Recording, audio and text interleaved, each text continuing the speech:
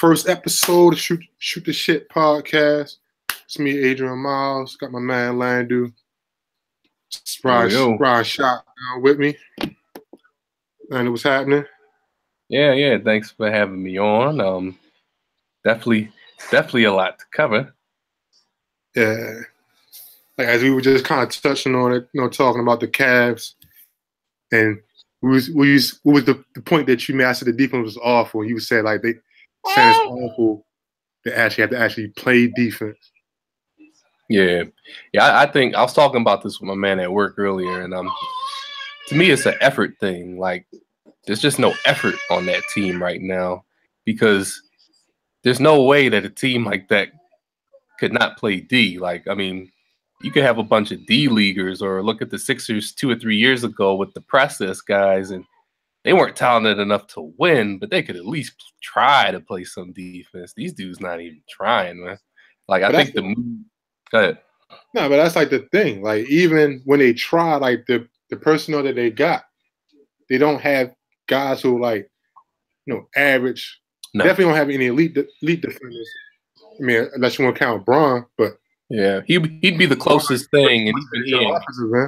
Yeah. Which kind of leads to what's kind of crazy, the whole ESPN story about him possibly considering like meeting with Golden State if they clear any cap room. Yeah, I saw that, and I'm like, man, that better not even be close to being a chance. Like I won't say that I'd be done with basketball, but it wouldn't be fun anymore, and I would have to root against them at that point. Like it's kind of getting out of hand with this thing. But then I thought about it. I said, let me be honest here.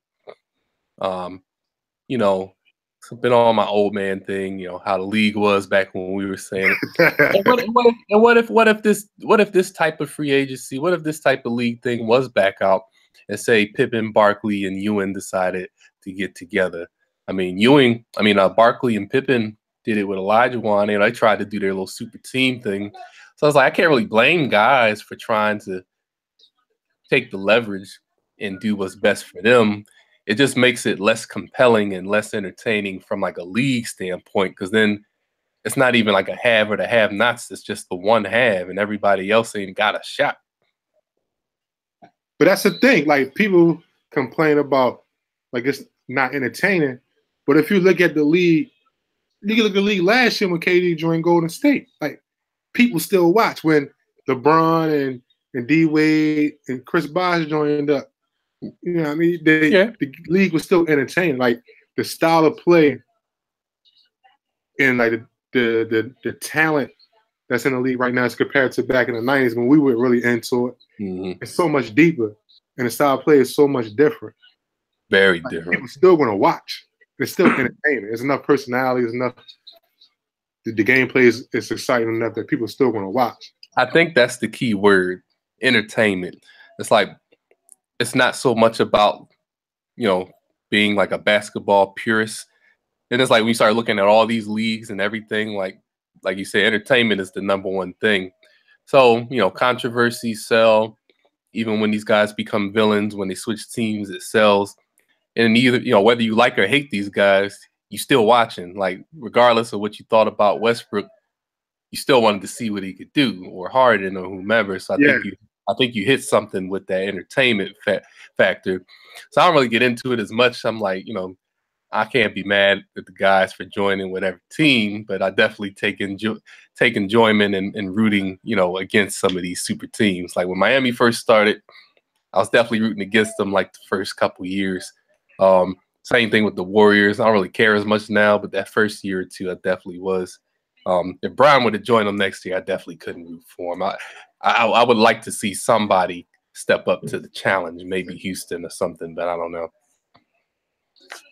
Yeah, but my thing was when I first saw it, it's like you seen it coming. Like it fed the news cycle.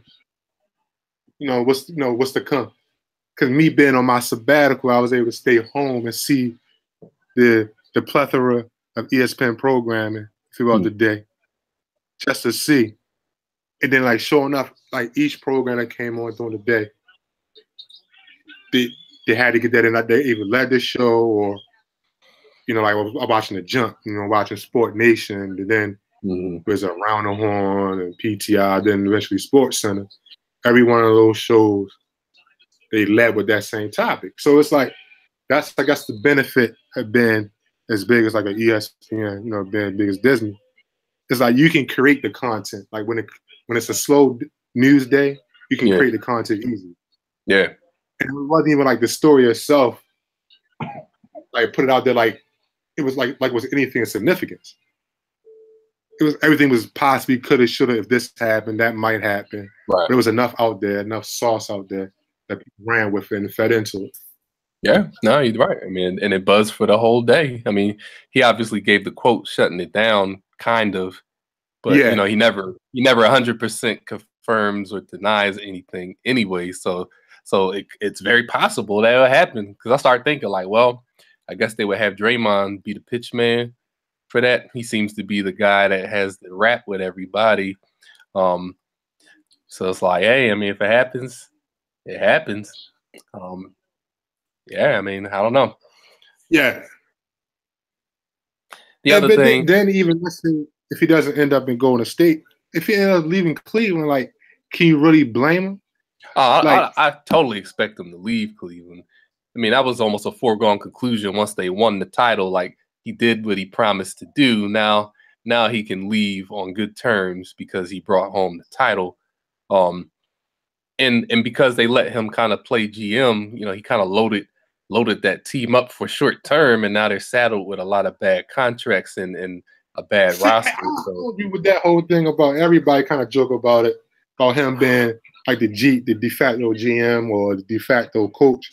Like David Griffin, who was the GM of Cleveland, was, you know what I mean, you can tell he was integral of putting that team together, especially when the first year when they made the trade and got Shumpert and J.R. Smith and got Mozgov. Yeah. And the following year they got, you know, Channing Frye, you know, Richard Jefferson, those cats. Like, that was all David Griffin, and like him keeping the team together. You see, once Dan Gilbert let him go, you see what happened after that. There was always drama. That's true. That's true. There's a direct correlation. I mean, of course, LeBron wasn't the de facto GM, but he did kind of influence them to, you know, trade Wiggins to get Love. He did influence them to sign Tristan Thompson to that contract that nobody else would have given him. So it's like Griffin made the moves, but I'm sure he was in his ear. That was like my thing with the Tristan Thompson contract. Like, they didn't have to resign him. And like, it is, okay, you could say don't resign him, then how is that going to impact LeBron, how LeBron's going to feel about that? But it depends on what you do with that money. Like, okay, you don't resign, don't bring Tristan Thompson back, or you don't bring J.R. Smith back. If you do something to offset that, that's even better. It makes more sense in the short term and long term. Then how could somebody like that get mad when his main goal is to win as many championships he's possibly can? Right. I mean, I just think, I mean, obviously it was a win now scenario, so it has run its course. It went to 3 straight finals, so the plan did work according to at least giving you a chance. And, you know, now this is pretty much just the end of that road. I mean, everybody's got a cycle. You can't pay people forever. I mean, the Warriors seem to be figuring it out, but I was looking at their salary cap space, and they still are pretty locked up with a lot of that. They got a lot of them veteran minimum guys through this year that'll come off, but then you still got like Iguodala and Livingston. Livingston still got a couple he just re-signed them. He still got like at least like 3 years left on that deal. They just signed over the offseason. Yeah. So they got all that core guys locked up. Like, they got the core. But with the LeBron thing, they were saying like the only way they can make room for him is if KD takes another pay cut. And I'm like, I can't imagine Thompson more. You know, I don't see. But it's like too many moving parts for anything like that to even be close to a reality. Yeah. And like somebody like LeBron who's so self-aware, he's not that unaware of the fact that how he'll be viewed moving forward if we let something like that happen. Absolutely. Absolutely. It was something that said that Houston could be a destination for him too. Yeah, Houston makes sense. Yeah, that makes more sense than the Golden State thing. Yeah. I mean, I know a couple of articles. Yeah. And look, in my personal opinion, like I've come to the realization, and I know a lot of people disagree with me. I think he might be the best player of all time. I think LeBron's better than Jordan right now. I mean, yeah, no, man, he's definitely, you know, and this goes back to entertainment, and I think you also have to go back to time periods. Like Jordan is what the league needed at that time as it was starting to reach a new technological age and going more global, just like the way the game needed Magic and Bird in that time in the late 70s. Jordan was that what the league needed at that time. So with social media and with the sneaker culture and with many of how the things are today, you know, LeBron has kind of transcended that type of all everything as well. So he's what the league needed at that time when it was going to a new level of entertainment. But from an all-around player standpoint, you definitely can't dispute that. I mean, the guy has more talent than you could say Jordan. You know, Jordan was an explosive player, a smart passer when he did, of course, a prolific scorer, and then he developed his jump shot later and always had good defense. But LeBron can pretty much do it all and has been doing that his whole career.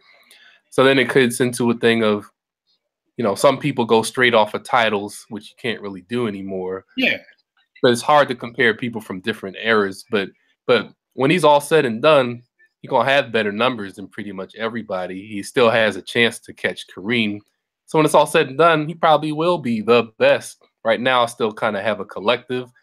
I have him as one of the best because obviously he's not done yet. But when he's all said and done, I don't even think I could really argue that he is the best player ever. You know, considering you can't count the old guys like Bill Russell. Yeah, like everybody want to bring in like, you know, Bill Russell and Will, like, but none of us was around to see none of them cats play, man. Different era, different rules. Yeah, it was like 8 teams in the league back then. Exactly, and that's the other thing when you talk about legacies. Like, not to take anything away from the Celtics, but like you just said, it's only 8 teams, so it's a lot easier chance to win it out of 1 out of 8 than 1 out of 30. And there was only so many players, and they didn't really have free agency, so you kept your players forever. And the stuff was rigged. I mean, Red Auerbach used to get these crazy deals that wouldn't be approved today. He would get #1 picks as defending champions and trade guys for like peanuts. That would never happen today. Like, look how he acquired Larry Bird. He drafted Larry Bird while he was still in college, so he waited a year. It's like, you know what I mean? Then right after that, he couldn't do that no more. Yeah. But you know what I mean? But it's like, even like if you take it away from like an entertainment standpoint, if you just kind of just break it down, and you kind of alluded to it, like LeBron is bigger. He's just as athletic, if not more athletic. Yeah. Better passer, better shooter. If people go to like type of post-up player he is, because everybody's like, when they think about Jordan, they just think about that turnaround jump shot from like the mid post. Right. LeBron's better from the post than Jordan too, if you want to really be real about it. Yeah. I know sometimes it's kind of hard to kind of let go of your childhood. I know me, I'm like that all the time. Shoot, I just saw they rebooting the Ninja Turtles again, the Ninja Turtles cartoon again. Again? Okay. Yeah, like, and every time you do it, it gets further and further and further away from what we used to. I was used to, what me and you were used to. Yeah. You're always gonna have that emotional attachment to your era and to what you knew. You know, just like with the music, which is a whole nother discussion. Yeah. And it's like, you know, for a while I definitely used to kind of cling to what we were used to, but you know, the game has changed. The fluid of, you know, the style is different, and it's just what it is. You know, you can either fight it or you can roll with it, but it's not going back to, you know, the traditional 1 through 5 and post game and all those things. at least not right now. So it's like just got to take it for what it is and just appreciate what you have. But I'll be honest, I don't recognize. I'm not familiar with as many as the younger stars as I used to be. Yeah, and that makes sense because as you get older, you get more responsibilities. Like me and you both know. You know what I mean? You can't pay as much detail. You gotta pick and choose what you want to like devote your attention to. Like I used to like I still like watch a lot of basketball, but I can't watch as much college basketball as I used to. Like A, for time reasons, and B, like the game is so completely different now, like college basketball in comparison to NBA basketball. Yeah. And I know a lot of people always like you hear to think like, oh, they try harder in college and all that stuff. All that coded language they use from time when they try to compare, college ball to the NBA and stuff like that. But like the difference is like it's like two completely different games. Like for one, like the coaches overcoach. Yeah. And it's like it's not a lot of freedom of movement in college basketball, even though they try to open it up the past couple of years. But then they still got like the zone defenses and like I said, the coaches overcoaching constantly calling plays and stuff like that. It's like it's hard to like kind of watch it. And then the kids can't shoot. No. Like if you're dealing with 18, 19, 20, 21-year-olds, like it's going to be a huge difference. And then when you just see a kid that might have been, I'm trying to think of an example. Was the player year last year? The kid from Kansas. Okay. Josh. Frank Mason. Frank Mason. It's a player year last year. He was good, really good player. He can barely get off the bench. Yeah. No. Well, yeah, college. The NCAA is still an institution, so they treat it as such compared to the NBA, which is it's a collective of professional ball players, and the players run the league more than the coaches. Whereas in college, the coaches make themselves to be the focal point of these programs, and that's how they build their name. Especially nowadays, like they pretty much rent players for 1 or 2 years, so it ain't like you really building any legacies anymore. Your legacy is based off their legacies are based off their past, and that pretty much does the recruiting for them. If you go to a Duke or Michigan State or North Carolina, you're gonna get TV time, etc. So they don't really have to recruit as hard as the up and coming ones, and they finally got with it. Like for years, like Duke, yeah. Right. Mike Krzyzewski hated this concept of the one and dones, and he finally decided to roll with it. And now he's getting the top guys for 1 year, and he's just rolling with it. Yeah, because he knew he had to do it in order to compete with the Kentuckys and everybody. Exactly. Or get left behind. Yeah. So same thing. But then, I was saying the contrast to like Roy Williams in North Carolina, he still get like the 4-star recruits. Mm-hmm. He don't get the same type of recruits that Krzyzewski or Calipari get, right. But he's still getting like the 3 and 4 year players. Yeah, and he's still winning championships. Like you can do it both ways. Yeah, but I think that's what separates the good coaches from the ones that are just like recruiters, so to speak. Right. Well, college basketball is so much of a business that man, it ain't even about the champ. We realize it's not even about the championships. Oh no! This is about the money that you can bring in for your school. Football and basketball bring in pretty much all of the money for all the sports programs, and we've seen the movies going back to Blue Chips and other movies like that. Which at the time you don't really know that this is really art imitating life. At least for myself, like you watch it and you're like, wow, this is crazy. But once we got older and we saw some of this firsthand in college, that's exactly how it goes. And we weren't even at a school when we was like really like that. You know what I mean? Right. So you can only imagine how it is at those type of schools. Yeah. And then it was crazy, like, I forget which 30 for 30 I was watching. I think it was the 30 for 30 for on Sonny Vaccaro, but those whole sneaker coaching and stuff like that. Yeah. Yeah, like I was always a fan like Jim Boeheim and like John Thompson and stuff like that. Yeah. But then you when I got to kind of see how, I don't want to say selfish, but how like they were in it for themselves. Yeah. They perpetrated that it's about the kids, stuff like they were trying to protect the kids and stuff like that. Oh yeah. But you gotta, the more they tell you, kind of see how it's all about them. That's what I'm saying. Like they make the focus of them. Like most of those guys are egomaniacs, and they become the institution. You know, like they're a brand. You know, a Tom Izzo, a Coach K, a Jim Boeheim, like you said, like the guys that stayed, you know, for 10, 20, 30, some of them 30 years now. You know, that's it for them. Like they all had chances to go to the NBA. Some of them did, but to be the big man at a school like that, it's so much for their ego compared to going to the NBA. And now you get humbled to something. They realize they can get paid more, they got more control, and they run it as opposed to the players running it, and they know the game. So yeah, but you see how a lot of that shit's catching up to them now. Like look what happened with Rick Pitino, and look what over there at Michigan State right now too.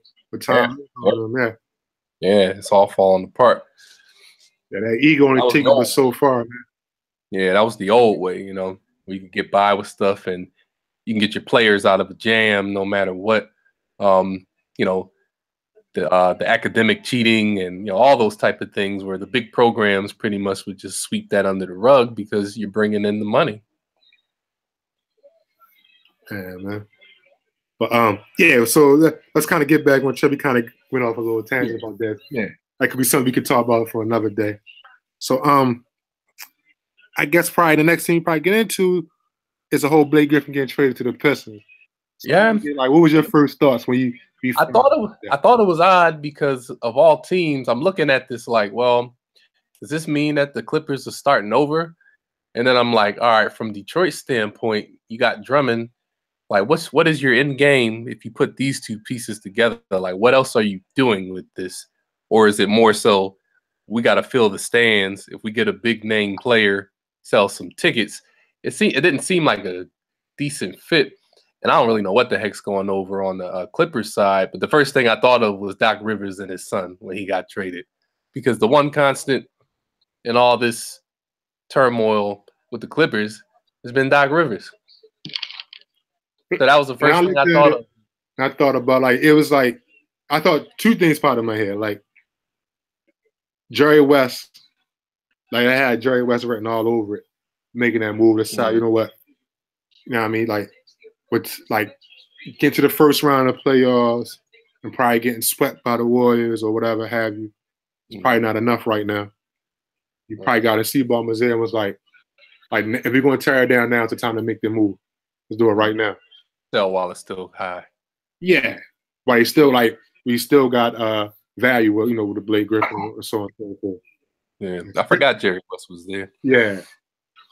Yo, what are the Sixers doing? Sidebar, man. Like, everything possible, man, to blow this game, man.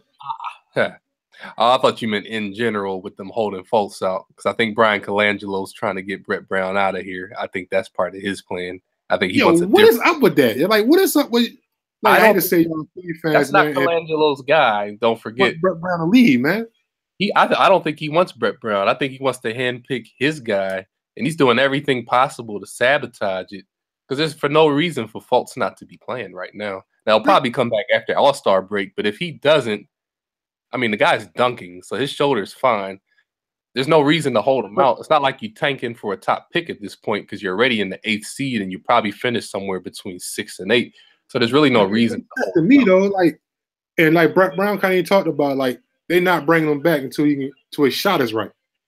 Whatever that means, though, like, you get your shot right by playing, not by practice. Yeah, but if you look a couple weeks ago, when his video was out trying to shoot, his shot was still up. He still had that same hitch in his shot. Yeah, but then I saw some this week and it looked more fluid. Yeah, I saw the same thing too. So like you said, hopefully after the All-Star break, it happened. Like, but you said it's probably a Colangelo thing. Like, I've seen like lately, like, it's saying whenever the Sixers catch an L or whatever, everybody start yelling for Brett Brown to leave. Now, like, I don't get it. Like, he's a good coach, man. Like, he is. I mean, sometimes I don't like his substitutions and his lineups, But when you consider that he hasn't had his full lineup of guys constantly, that's the one thing that could still give him a pass. You know, so if you have a full season of Embiid, Simmons, Fultz, you know, and whoever else, them guys gonna win some games. You know, they've messed up a lot of games and they're still in the playoff hunt right now. So, but most of the games that they messed up on was probably that lack of inexperience and turning the ball over. I mean, they last in the league in turnovers. Even though they like in the top, well, like 10 top half in terms of like a net rate and stuff like that. Like they, like offense officially, they like a top 10 team. But if you look at the net, if I back to the net rating, it's like for a 500 team. Yeah. But they turn the ball over a lot. So yeah, I mean that is youth and inexperience, definitely, because you're not making the smart plays. So, and then you kind of touched on it too, talking about that rotation. But it's like every other game, somebody's out. Like Embiid, I think they were saying that he should be able to play in his first back-to-back tomorrow against Indiana. Yeah, they were going to do it with Milwaukee. Well, they were speculating that they were going to do it with Milwaukee, and they didn't do it. So yeah, you don't have him playing back-to-back. So you only got Fultz only played 4 games this season. JJ Redick missed about 6 games. Yeah. You know what I mean? Yeah, I've kind of scaled back from the I've kind of tampered the get rid of Brett Brown. Like he's frustrated me, but I'm not at the point of saying get rid of him. But I think for him to stay, they got to make the playoffs. Like if for some reason they don't make the playoffs, Colangelo will get rid of him. Even though those things we just mentioned are valid reasons, I think he's looking for a reason to get him out. I just do. My thing is always like, okay, you're gonna fire a coach. Who you gonna bring in? Like, what's your plan? And like, we don't know, but they're like, what's the plan? Like, what are you looking to do move forward from there? I think Colangelo is kind of like that Billy King type of guy that likes to go with something that looks good more so than the substance. So I wouldn't be surprised if he tries to get like a retread, a brand name more so than taking a chance on either an assistant coach or somebody like a Lionel Hollins or, I don't see him getting somebody that's necessarily going to fit the team. I think they're going more so with what's going to look good because the owner's kind of superficial like that too. He's more showy. Before Christmas, they kept switching around which games Embiid was going to play or not, but they wanted to make sure that he was available for that Christmas game in New York no matter what. So they sat him a couple games before to make sure that he could be on national TV, for the Sixers resurgence and all these things. So the owner, I don't really fully trust the owner either. And the way they kind of did that coup of getting Sam Hinkie out of here with the league doing it and bringing in. Yeah, but you see that coming. The minute Jerry Colangelo came on as a advisor, like you saw that coming. Like, definitely. Oh, definitely. Like it was, they set that up. But kind of getting back to the whole the Blake Griffin, the Pistons thing. I was saying like the second thing it made me think of was when Chris Webber got traded to the Bullets. Okay. So it was like you got the big name, of course Chris Webber was a little bit younger when it happened.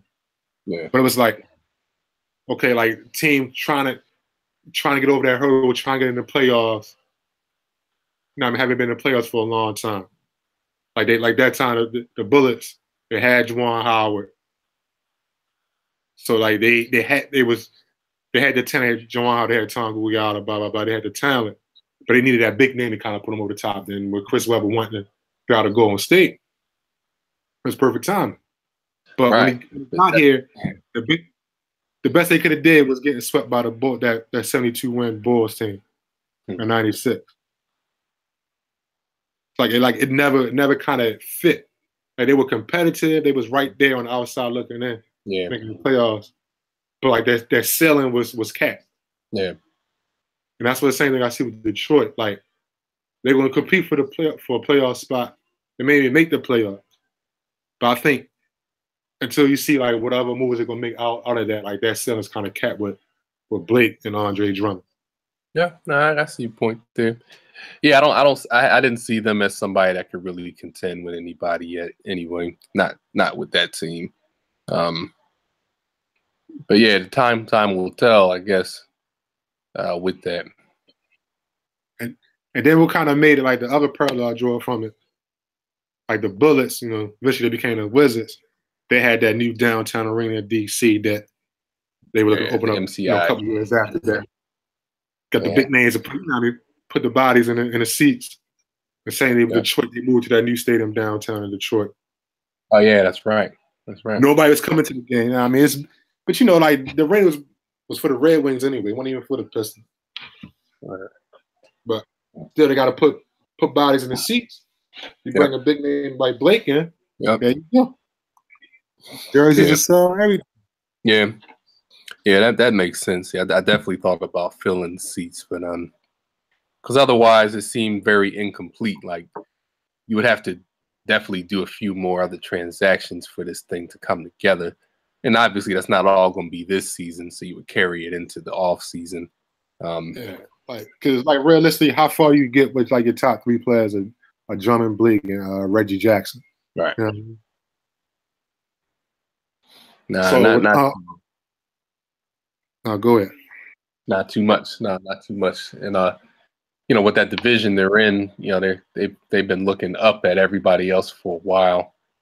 Obviously Indiana kind of went in decline, but between Cleveland, Milwaukee this year, you just don't think of Detroit as, like Toronto's up there now. The Wizards kind of are more the last couple of years, but Detroit's definitely a few pegs back down right now.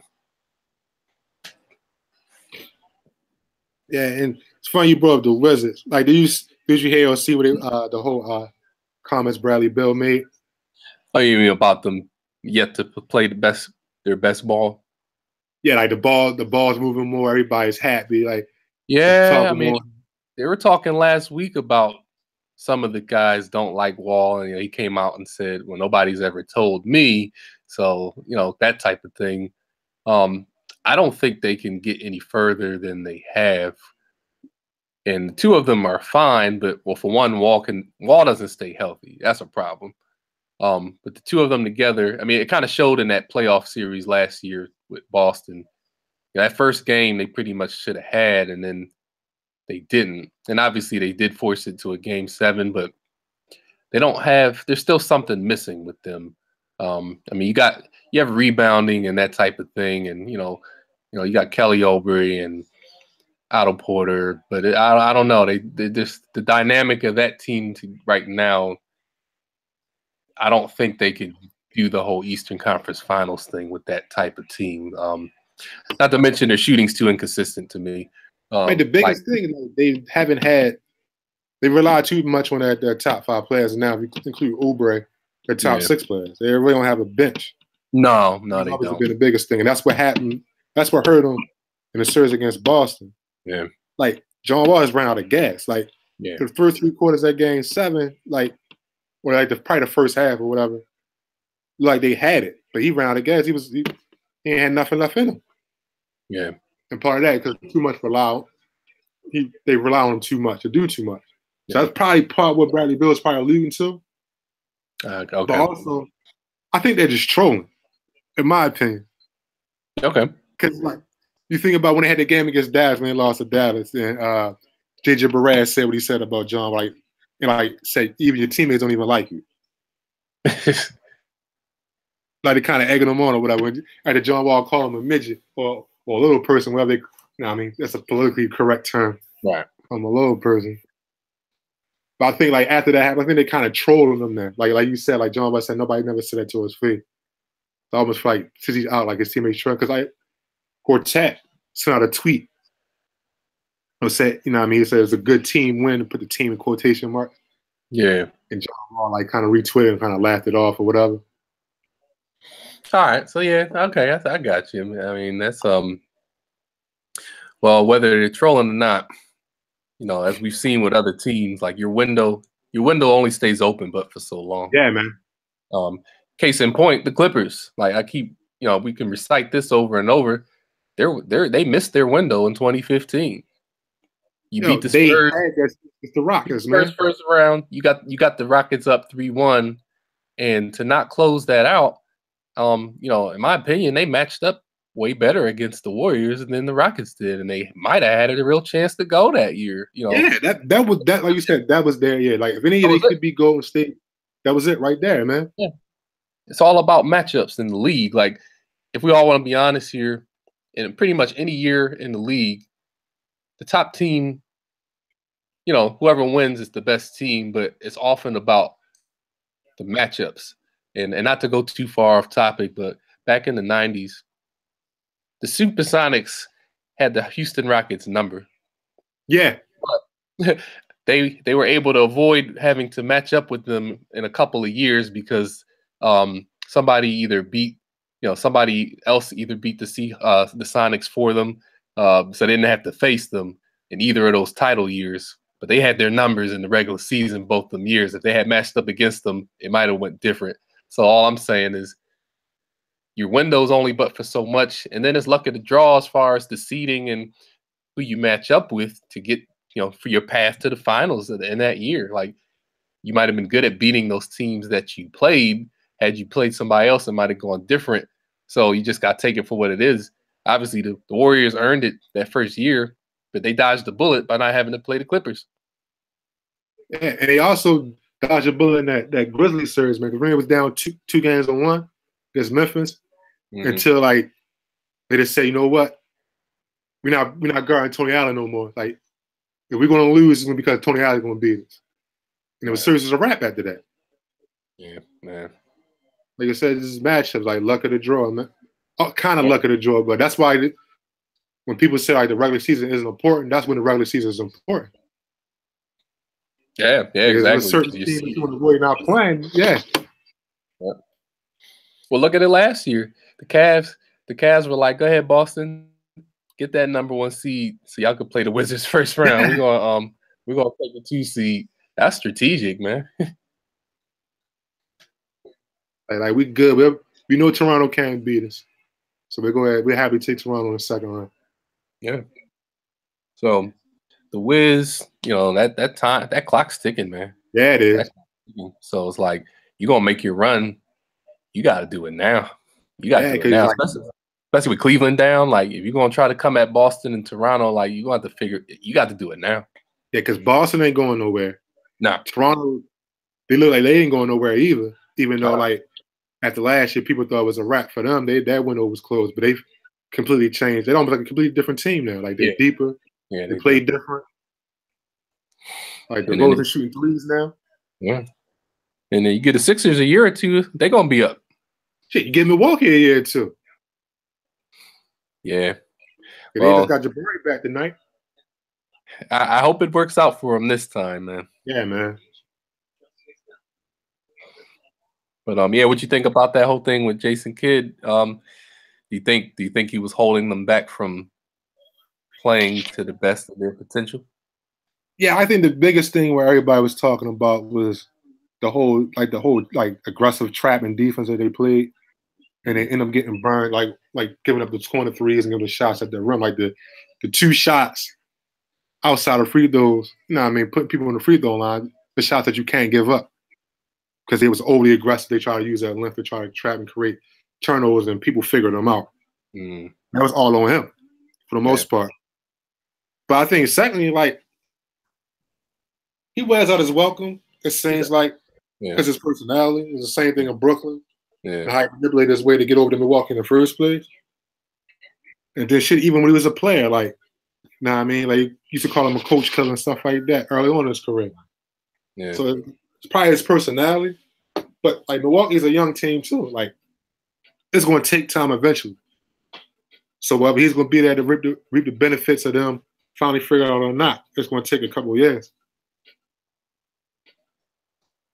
Now, I think because Giannis is so good, the expectations might have been like a little bit out of whack of how good Milwaukee should be. Yeah. Like, Giannis is probably a top 5 player, but he's still, like 22, 23? Yeah, he's still young. And I think with the mix of players they have on that team is the other thing. Like you put him on a different team, it might be different.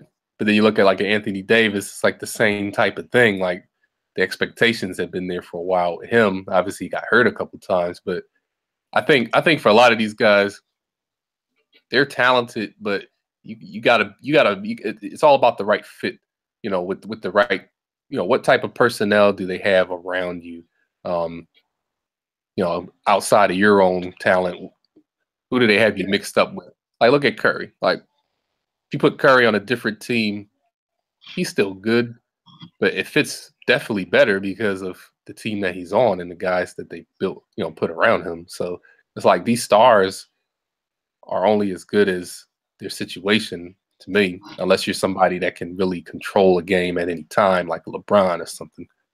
Yeah, like it's probably like you got two players, like you got probably like Bron and KD. Regardless of where you put them at, they automatically gonna make the team they playing with a championship contender. Right. That's all that shit talent. And then everybody else, like the top two elite players, it's like the fit, like Curry, like you mentioned, like Curry, he's easily the third best player in the league. It might not even be close. Well, I don't even want to say that because of the way James Harden is playing. But the way Curry plays and Steve Kerr, the kind of way he kind of integrates everybody in it, it's like almost like a perfect fit. Like Steph opens everything up for everybody. Right. Because you can't lose sight of him at all. And so that they talk about gravity a lot. The gravity that he has when he's on the floor just makes everything else easier for everybody. Yeah. And when you got elite players, that's what you have to do. You have to make it easier for them. If you make it easier for them, then it's almost like it's a wrap. And that's probably like, if we get back to Cleveland, that's probably the biggest thing with Cleveland, man. Like LeBron has to do too much. Yeah. Like you said, the pieces around him, stuff like that, they don't fit to a point where he can actually be the best LeBron he possibly can be, which is crazy to say with the way that he's playing. Right. That's why probably Miami worked those like the second and third year in Miami. That's the reason probably worked the way that it worked, because it clicked and the pieces they had around him made everything that much easier. Yeah. Like you look at that third year in Miami, like look at his numbers that year, the way he was shooting, how efficient he was. I mean, it was ridiculous. Well, yeah, because he didn't have to do everything. Yeah. The guys were in place to play their parts and be good at what they did. And that's the thing. Like a lot of times I feel like in the league, at least growing up, you would hear the term role player and just think like, oh, well, he's the guy that's so not good but not great. But it's like, nah, a role player that really knows his role can be a star because he knows his role. Like Draymond Green, like he's a good player. He's not like top 5 or nothing, but he knows his role and he does it very well. And that's what makes him a great player. Exactly. Like being a superstar in your role. Yeah, exactly. The player has to embrace that role and stay in their lane, so to speak. It's like it's better that you know your role and do it well than just trying to be another good player that just scores or just does like miscellaneous things, because that don't necessarily help your team get better. It'll pad the stats. It might give you a chance to win, but it doesn't dominate. And it's like the good teams, maybe not the Spurs this year, but in the past, the good teams like Spurs and everybody knows their role and they do it very well and they're disciplined and it's very crisp. And that's to me the difference between the contenders and the wannabes. Like you'll see an off game from the Warriors every now and then, but their stuff's like almost like they can do it with their eyes closed. They know where everybody's going to be on the floor without seeing where they are. They just know because they have that chemistry and they practice it and they execute it with precision. And to me, that's that championship pedigree, when you can do stuff precise and do it over and over again, and you know that it's going down. Like a lot of these other teams, they got a nice little thing going. You see a lot of ISO. You might see some set plays, but it's not like dominant where you could say, oh, they could do this all night. There's not too many teams that could do that. Yeah. And it's like the biggest thing I think now with the way the league is now, the style of players now, like you got to have skilled players on the floor now, like at all positions. And that's like the biggest difference now than it was back in the '90s, Right. and and especially like the early 2000s. It's like you can't play this. You can't play the same. You can't have those same type of people on the floor. You can't have Dale Davis and Antonio Davis on the floor. Right. You clog in the lane. Like you can't eat up that space. You need that space on the court. Like I kind of like look back and forth, like who back in the day could probably fit or be a much better player now than they would back then. Like one of the first things that popped in my head was probably like a Derek McKee with the Pacers. Remember, he was like 6'10". He can handle the ball. He can pass the ball. He can shoot. He can shoot. Yeah, like that 3-and-D type of style. Yeah, and he had the size too on top of it. Yeah. But because like how like Indiana played and how like Larry Brown coached or whatever, how they played in Indiana, you didn't get to see everything he could do because you got them big bodies sitting at the paint. You got Rick Smith there. You got one of the Davis boys down there. Like, so he has to sit out on the perimeter. And then they didn't shoot a lot of threes, so you didn't have a lot of space to work with. Everybody's like inside of three when they're running the offense. Yeah. Well, like you said, that was the old school way where you actually had set positions in the lane. You had 3 out, 2 in, and you did that inside out thing. But I mean, I would say, a Hershey Hawkins, Kendall Gill type guys, they probably would have did pretty well, and even in today's game, they had that ability to play D and shoot. It's like nowadays you can't have them specialists that are just a good rebounder but can't do anything else, or that type of thing. That's probably what happened with Hibbert. Like Hibbert was this crazy defender and rebounder, but once his scoring production, I still don't know what happened to the guy, but as soon as his scoring production disappeared, he was pretty much rendered useless anymore. Yeah, part of it was like him, cats like him, and like Brook Lopez and like Greg Monroe and stuff like that. The game just changed, like while they was still playing. Yeah, they were they were still coming through that old way, and once teams got to the point where they was comfortable, teams started shooting more threes and started spreading the floor and started running that spread pick and roll more often, and switch a big man on. Like, imagine Roy Hibbert trying to guard Steph Curry out on the perimeter, all that space on that room. Right. He'd be on skates, man. Yeah, it can't happen. And more teams do that more often. Like, Steph Curry's probably an extreme example. Like, try to have Roy Hibbert try to switch on the pick and roll and try to guard like a Reggie Jackson for the Pistons. It's a mismatch. Yeah. And it's like more and more like that. It's like guys like that who can't move their feet. It's obsolete. And that's probably why this draft coming up. Like it's such a big deal because the big guys that in this draft, like I know I said I ain't watching much college basketball, but I seen Mo Bamba play for Texas. Mm-hmm. He's like 7 feet tall, but he has like a 79 reach. Yeah. So he can protect the rim, but he can move his feet. Mm-hmm. Yeah, you gotta have the footwork, definitely. Yeah, so it's like he can switch on the perimeter on a guard or on a wing, but he's still long enough that he can protect the rim. Yeah, I mean that's what you see with Embiid. Like I think they were playing Toronto last year, and he took the switch, and he was right with Lowry the whole time. Like didn't even miss a beat.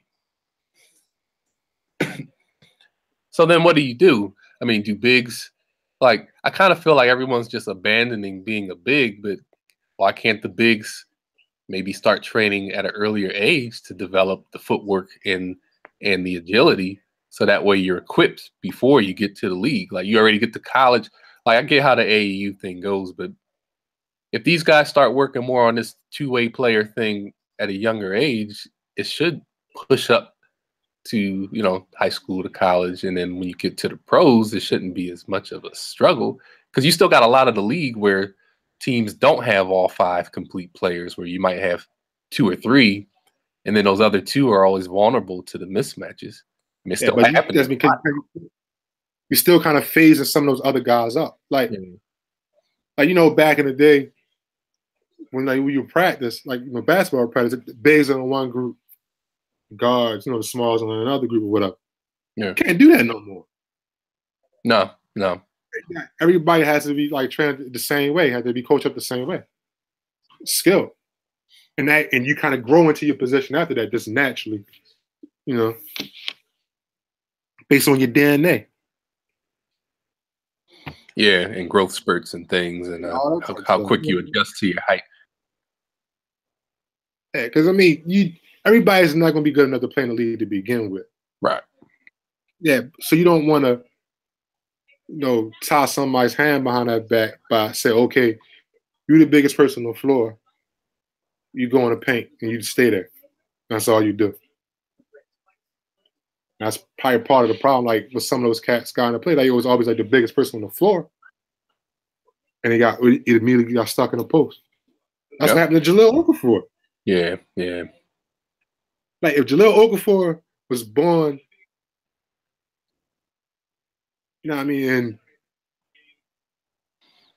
born in 79, 77, 78, 80. Right, I said when he was born. Yeah, shit, he would have been a multi-time All-Star already. Yeah. Probably one of the best bigs in the league. Big and footwork was ridiculous. Like you said, though, it's just the wrong time. Yeah. So then I think that goes back to coaching. You got those coaches that are starting to get this and transitioning, and you still got coaches that are ingrained in what we grew up watching. I mean, the coaches, there's still coaches that we grew up watching that are still coaching. Yeah, still coaching. That's part of the it affects the change. I think also that's where college comes into play too. Because when you see what Jahlil Okafor the year he spent at Duke, he couldn't play defense then. No. So you knew he was going to be there for a year. Coach K knew he was going to be there for a year. Coach K trying to win. So what he end up doing? They end up playing zone to hide him with defense. Right. So it's like he's not getting better on the one thing that he's not good at. Even though he still was good enough on the offensive end to get drafted. We was picked third by the Sixers that year. Yeah, third, yeah. But that huge hole was still in his game. So it was almost what was the point of him going to college? When he'd been more beneficial.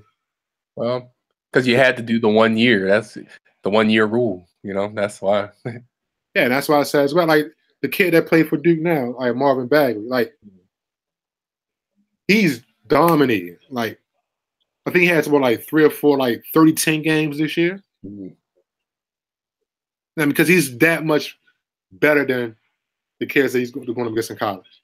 Yeah. There's no benefit on him at all in college. The holes he still have in his game, on the defensive end, positionally or where on the floor can he defend that? Because he's not long enough to protect the rim. And he's athletic enough, he can move his feet to kind of switch. But that's not he's kind of in between that way. And he's not big enough or strong enough where someone like Embiid, where you can kind of throw it to him on the post and he can eat. But he's also not a good enough shooter where he can spread the floor. Right. But he's still that much talented than everybody else. He's still dominating in college. He's almost wasting his time taking that 1 year in Duke as opposed to going somewhere where they kind of work on trying to help work on the holes that he has in the game. He still could develop those skills, but it's almost he's wasting his 1 year. He's still going to be a top 5 pick. Well, sure. And that's the thing. These guys, these rookies today are not usually NBA ready. Before when you draft and you had a high pick, those were instant impact guys from day one. And that's nowadays, most of these guys are development projects. Even your good ones are still development projects their first year or two in the league because of these things that you mentioned. Because the game, like I was saying before, the game is so drastically different from high school to college. The pros, it's regardless of how skilled and talented you are, you gotta get used to that adjustment of how different the league is. Yeah, the speed of the game. The speed of the game, like the size, the athleticism. Like you probably spend your whole life being the biggest, most athletic kid on the floor, and then you come in the league, you're just one of many. Right. So you don't have that advantage no more. And that's where a lot of like these kids are coming.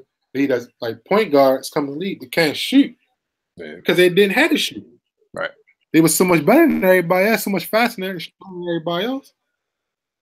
Everything they get is at the rim. And then you go to college, like you spend that 1 year in college, it doesn't do anything. That's just my opinion. The 1 year in college thing is really just advertising for the kid, and the NCAA gets to exploit it, for their entertainment value, for the big conferences and for the tournament, that type of thing. Yeah, so nobody. Like you said, the only people's benefiting from that is the NCAA, man. That's it. Yeah, it's a feeder. It's a feeder system. And they're like, look, we'll maximize our ticket sales and our revenue off you for however long you stay. And if you only stay a year, fine. We'll just get the next batch the next year, and they just keep doing it. And these schools are fine with it. The boosters are fine with it. The fans are fine with it because it's entertainment. Yeah, man. But I don't think it's going to be that way for that much longer, though. Yeah, it looks like it's getting closer to them. They're either going to have to figure out a stipend or compensation plan, or these type of ideas like LeVar Ball type things and other alternatives are going to start plucking these kids away from doing the one and done. They're just not going to go. Yeah, it's funny you brought that up. Like, I didn't go deep into the article, but I've seen the headline, whatever, that he was like in the DMs of some of these high school kids, whatever, trying to recruit them for whatever type of trying to start, man. Yeah, I can't knock the hustle, man. It's like, of course, people get on him for being big mouth and stuff, but the concept makes sense. And a lot of his stuff is more so about drawing awareness, or at least trying to bring issues to the table.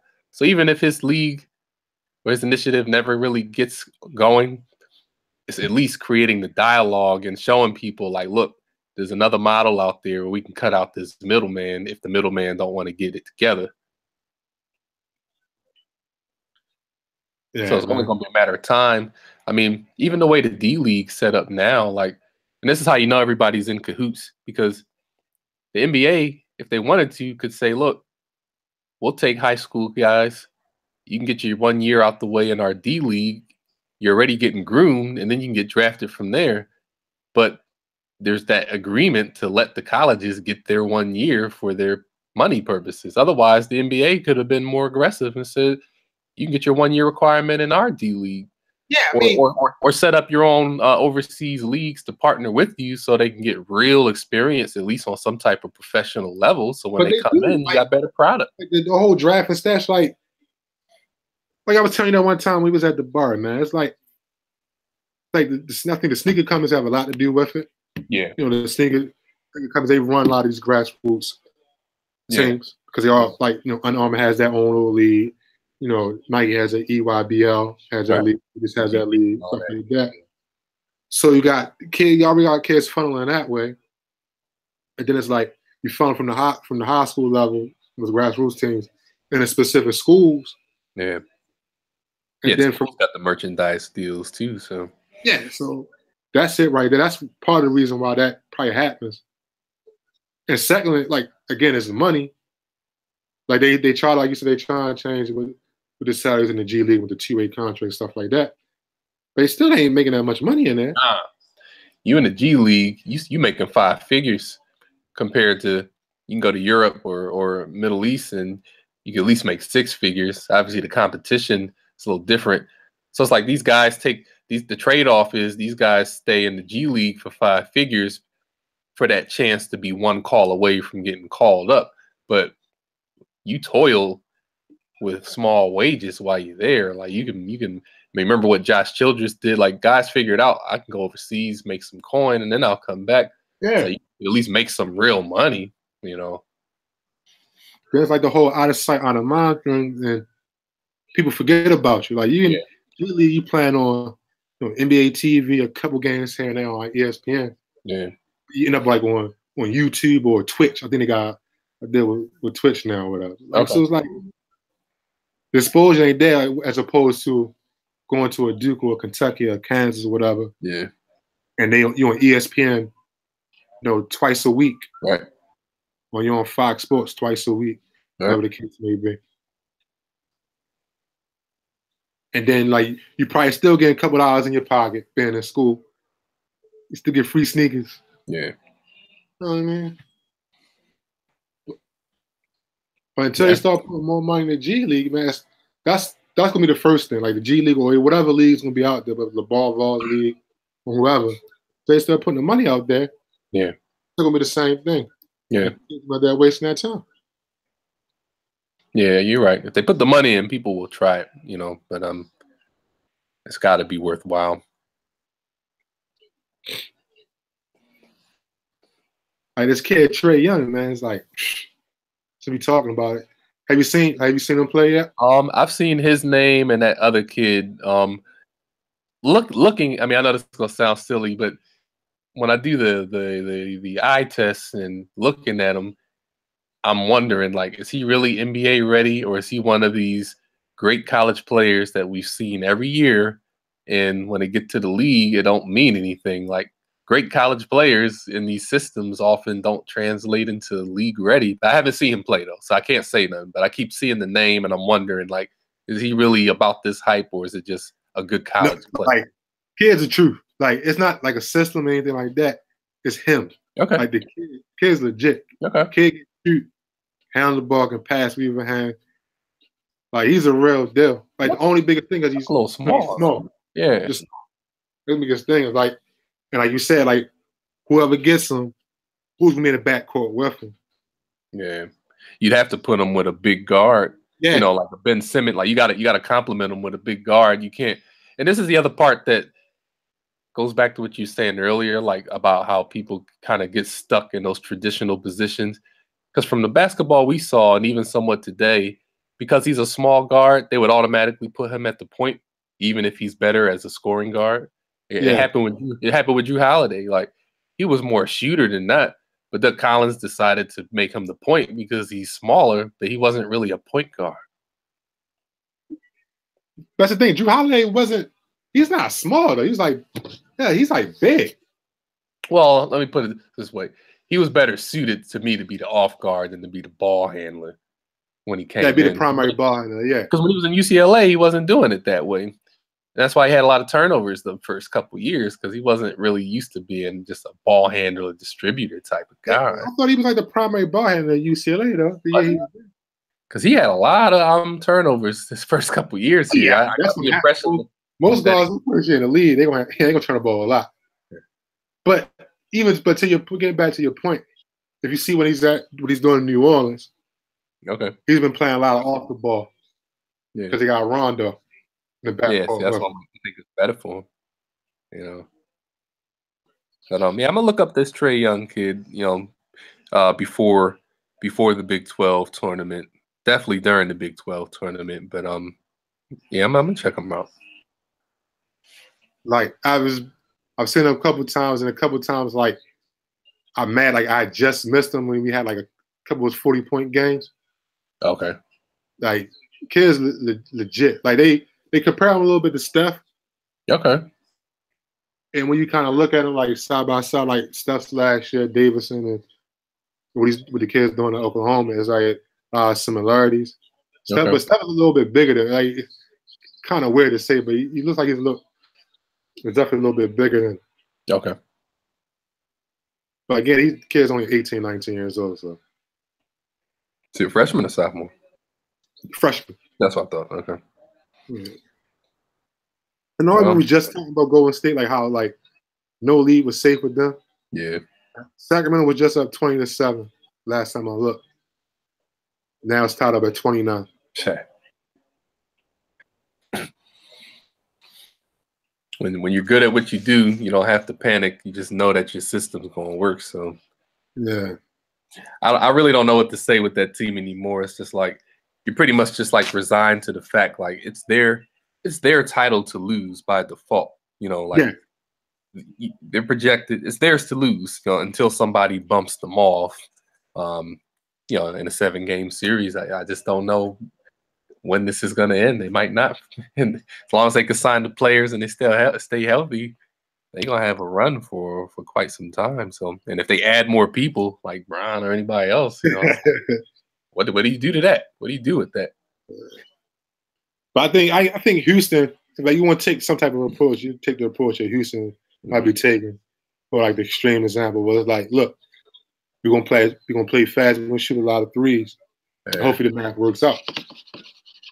Because we feel on a 7-game series that we can get hot one game where we can win a game we probably not supposed to win. Yeah, he still won.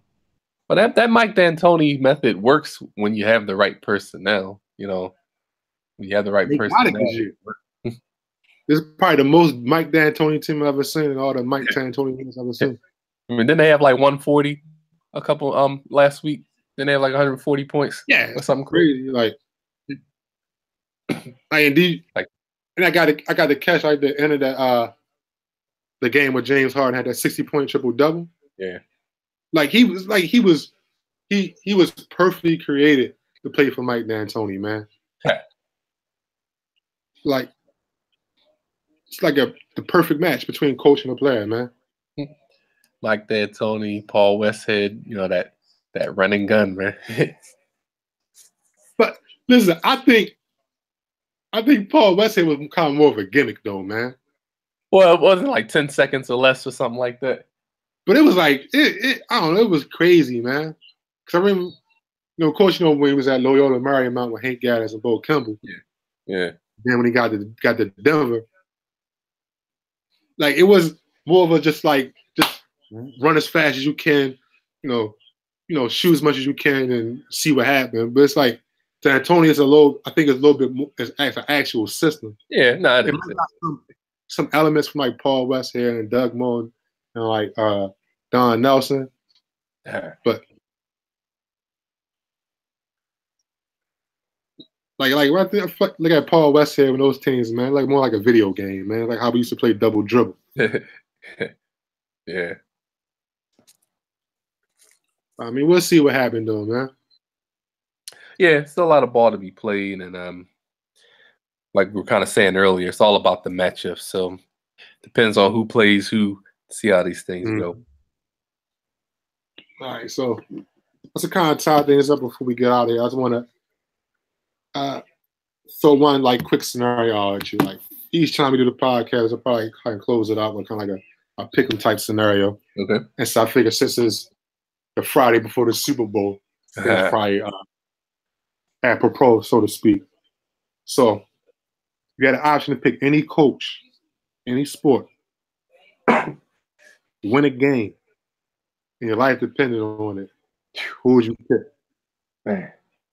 I can give you a couple of names so you don't think too hard. Like let's say, you got Belichick, yeah, got Popovich, Nick Saban, and so we talked about him enough. I say Krzyzewski. Now your life depended on it. Any coach to win that one game for you. Out of those 4, who would you pick? Wow. Now I don't want to overanalyze this, but are we the favorite or are we the dog? I'll say you're an underdog. Okay. And it's your life. So like you lose a game. Now I mean, you wouldn't take it Vegas style, like you're underdog by like 3 points. Okay. Man.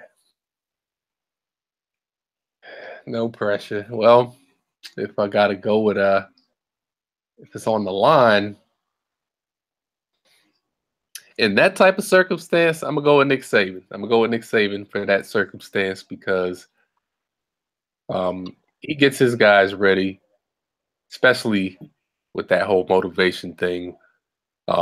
Even as a perennial favorite, he still can convince them that they've been counted out and disrespected and to come out and just be ready to go. So I'm gonna roll with Nick Saban on this one. I'm gonna roll with Saban. All right. So I kind of I flip-flop. So I was ready when I first thought about the question. I was ready to go Pop, easy. Probably because of my basketball bias, but I was easily thinking Pop. But I saw the 30 for 30 last night. Oh, Bill and Bill. Bill and Bill. So that swayed me a lot. Like, you hear how much attention to detail Bill Belichick plays and everything. Yeah. And how, like, when he prepares for teams and prepares for games, like, he prepares for that specific, like, situation. Like, the game plan is never the same for the most part. And I figure, like, depending on who we playing is my life, depending on it, I know all else fails, he's going to put together the right game plan to save my life. Okay. He'll take the time. Like, he won't sleep. He'll study the film. Yeah. He'll do everything possible to ensure that I won't lose my life that night. Yeah. I didn't watch it, but I heard a couple people talk about examples of what he did with them Giants teams and throwing everything out the window and coming up with some unorthodox thing that's going to work for this situation. And I'm like, nah, he definitely is a game preparation guy and very sly and cunning. I guess I looked at it from a standpoint like him and Pop coach professionals. So it's like there's already you already got more of a chance to win coaching these professionals, where I'm like, if you can get a bunch of amateurs and college guys to play like pros, I'm like, you really doing something, because it's like, these are kids. You can get the grown men to play like grown men. They already trained that way. But I'm like, you can get 18 to 20-something-year-olds to take it up that level where, of course, Alabama can't really beat an NFL team. But the fact that we even have those discussions, like, could they beat the Browns? Could they beat this NFL team? I'm like, yeah, can we stop that? Like, can people like stop that shit? I will never say that really happens, but I'm just saying, like, he gets his yeah, voice. I know you're not saying that, but like, it's like ridiculous. Like, remember that Kentucky team? Yeah, years back, they almost went undefeated. How they were saying they could beat the Sixers. The Sixers, yeah, it's an insult really to professional sports. Yeah, man, like if you see like professional players like practice, like, it's like you'll see like a Dwight Howard go in practice and shoot 3-pointers and not miss. Right. And then obviously you can't shoot in a game, but that's type of level of preparation and practice that professionals have, man. It's crazy. But that's a good point you said about coaching 18, 19, 20-year-olds, man. Because I remember when we was 18, 19, 20, how unpredictable we were. Yeah.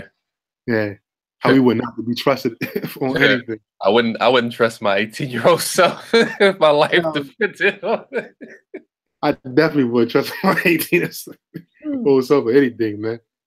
I still owe y'all security deposit, man.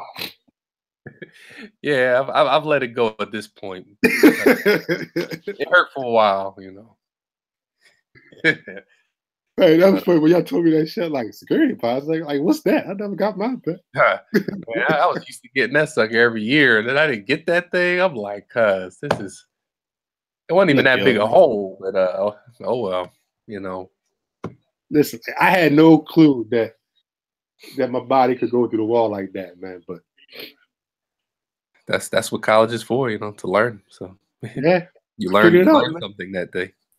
The walls and towers were thin, man. I learned that. If I didn't learn before, I learned that now. Then the walls were. Man, so on that note, before we start self-incriminating ourselves, man. Yeah. I think we call it a night. Yeah. First episode to shoot the shit. So yeah, appreciate being on, and we'll I look forward to another session. Yeah, by the time this thing go up, the Super Bowl will already probably happen. So either next time we record, you're gonna be in a pissy mood, or I might not be able to get you on the next time we record. Right. Well, it'll either be Crying Land or Crying Jordan. So hopefully it's the first one. Yeah, man. And stay out them polls, man. No comment. No comment. All right, man. Take it easy, man. All right, man. All right.